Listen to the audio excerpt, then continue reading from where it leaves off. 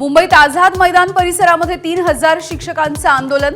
सेवेत कायम करण्याच्या मागणीसाठी शिक्षक रस्त्यावर, पोलिसांकडून आंदोलक शिक्षक ताब्यात। 96 कोटी रुपयांच्या थकीत बिलासाठी राज्यामधील शासकीय कंत्राटदार आजपासून संपावर। 15 एप्रिलपर्यंत शासकीय विकास कामं बंद ठेवण्याचा कंत्राटदार महासंघाचा निर्णय।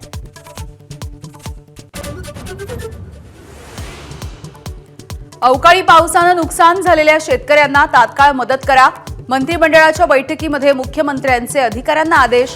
एनडीआरएफच्या नियमांप्रमाणे मदत देण्याचेही निर्देश। यंदा सरासरीच्या 94% पाऊस होण्याचा स्कायमेट या खासगी वेधशाळेचा अंदाज। मध्य आणि पश्चिम भारतामध्ये कमी पावसाची शक्यता व्यक्त। 2 महिला वरिष्ठ पोलीस अधिकारी देखील होत्या अशोक खरातच्या संपर्कात। एक अधिकारी डीसीपी तर दुसरी एसीपी दर्जाची। आवडत्या पोस्टिंगसाठी खरातकडे फिल्डिंग लावल्याचा संशय।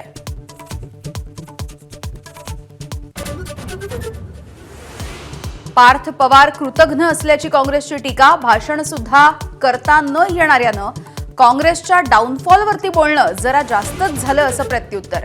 जमीन घोटाळ्यामुळे महाशक्तीसमोर सरेंडर झाल्याची ही टीका।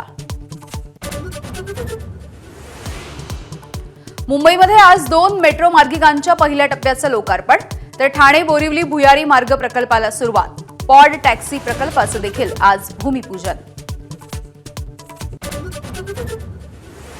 इराणला एका रात्रीमध्ये संपवून टाकू, ट्रम्प यांचा इशारा।